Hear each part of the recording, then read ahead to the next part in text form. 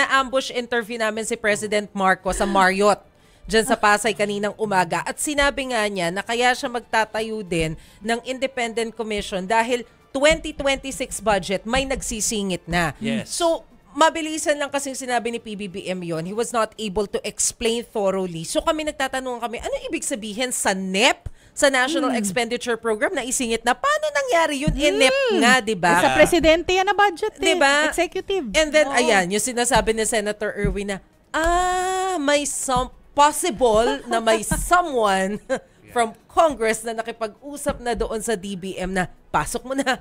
Nakakaloka, ha? Hindi talaga nahiya. Hindi na talaga mahihiya. Saan kayo humuhugot ng kapal ng mukha? Ang tigas na nga ng mukha. Akala ko kasi dahil mainit ngayon yung flood control project, lilipat muna ako sa farm to market roads naman muna ako ulit. O kaya ay sa mga pa-basketball court pero muna. hindi. Kasi, But no. I-push ang flood control. Siguro kasi maliit lang ang kita sa mga mga pa-basketball court, pa-gym at saka mga mga mini roads. Ay, nako, nakakaloka talaga. Anyway, ito Mase. Magbigay tayo isang example. Yes. Kung paano nagkakaroon ng ng epekto sa mamamayan kapag hindi maganda yung proyekto. No. So narito po si Ian Suyu na may dalang drone to, nakita ko kanina. Nakita ko rin ang live nito. Oo, nakita ko live nito. So tingnan natin kung ano nga ba ang sitwasyon doon sa Leyte at dahil nga may issue doon ng flood control na hindi masyadong okay ang quality. Ay, baka nakausap niya na si Congressman. Baka. Go ahead, Ian.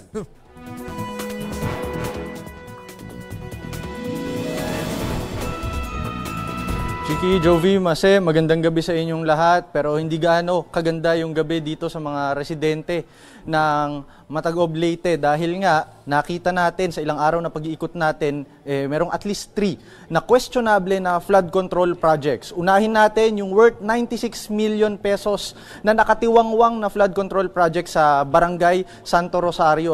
Dun sa pinuntahan natin mula noong linggo.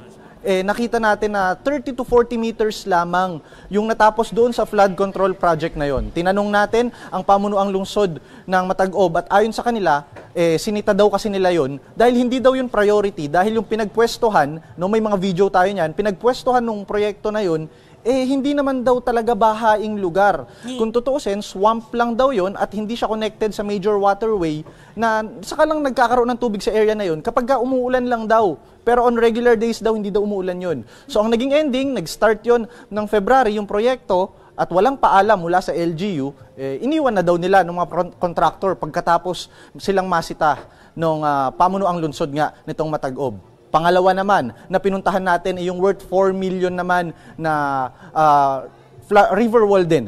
Sa Barangay Bonoy naman yan. So, just to give a quick background, yung Barangay Bonoy, yan yung low-lying area. Isa sa mga pinakamababang barangay na mabilis bahain. At ang ginawa nilang river wall doon, sa pagbisita namin, bungad lamang. So, corners lamang nung river yung nilagyan. Ang resulta niyan, pag malakas ang ulan, edi umaapaw pa rin sa mga kabahayan. At malaki pa rin yung perwisyong idinudulot sa kanila. Pangatlo, Barangay Riverside. Yan yung kamakailan lamang nagiba, nabuwal yung isang parte niyan.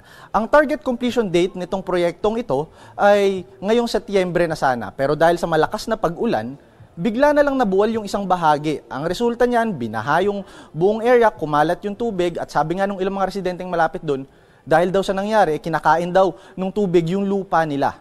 Umabot pa nga daw hanggang bewang, hanggang dibdib yung tubig mula nung bumagsak yung river wall na yon.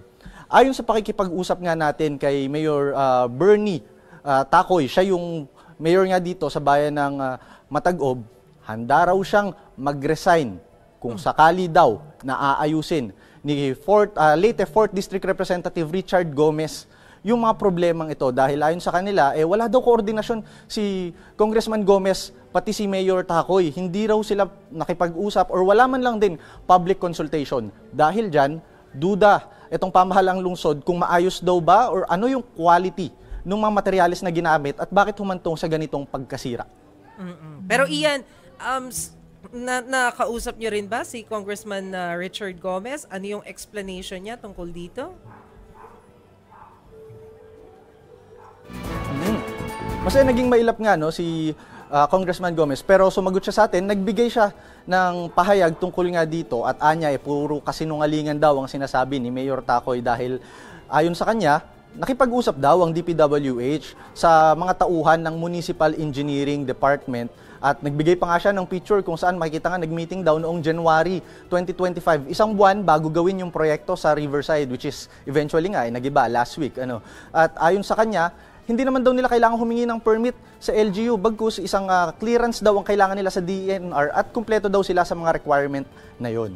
At ayon nga sa kanya, tinanggap niya yung hamon ni Mayor Tacoy. Sabi niya nga, better daw na ihanda na ni Mayor Tacoy yung resignation letter niya dahil tatapusin daw ni Goma yung mga proyekto rito na may problema.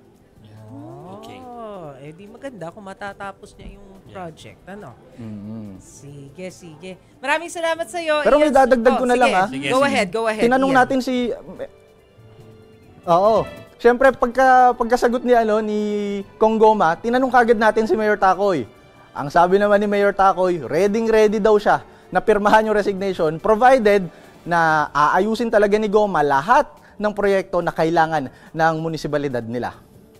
Ayun. So, nagkahamon na ng Matagal-tagal pa resignation. yun kung ganun. Okay. Sige.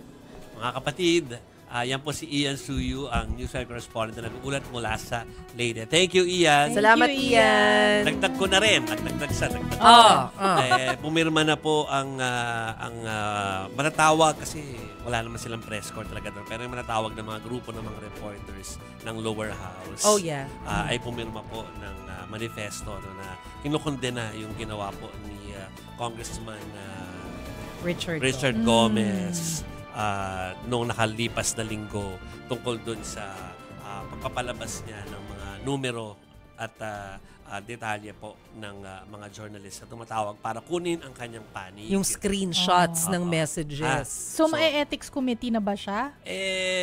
Tingnan natin. Tingnan natin. Abangan. Abangan ang susunod na kabanata.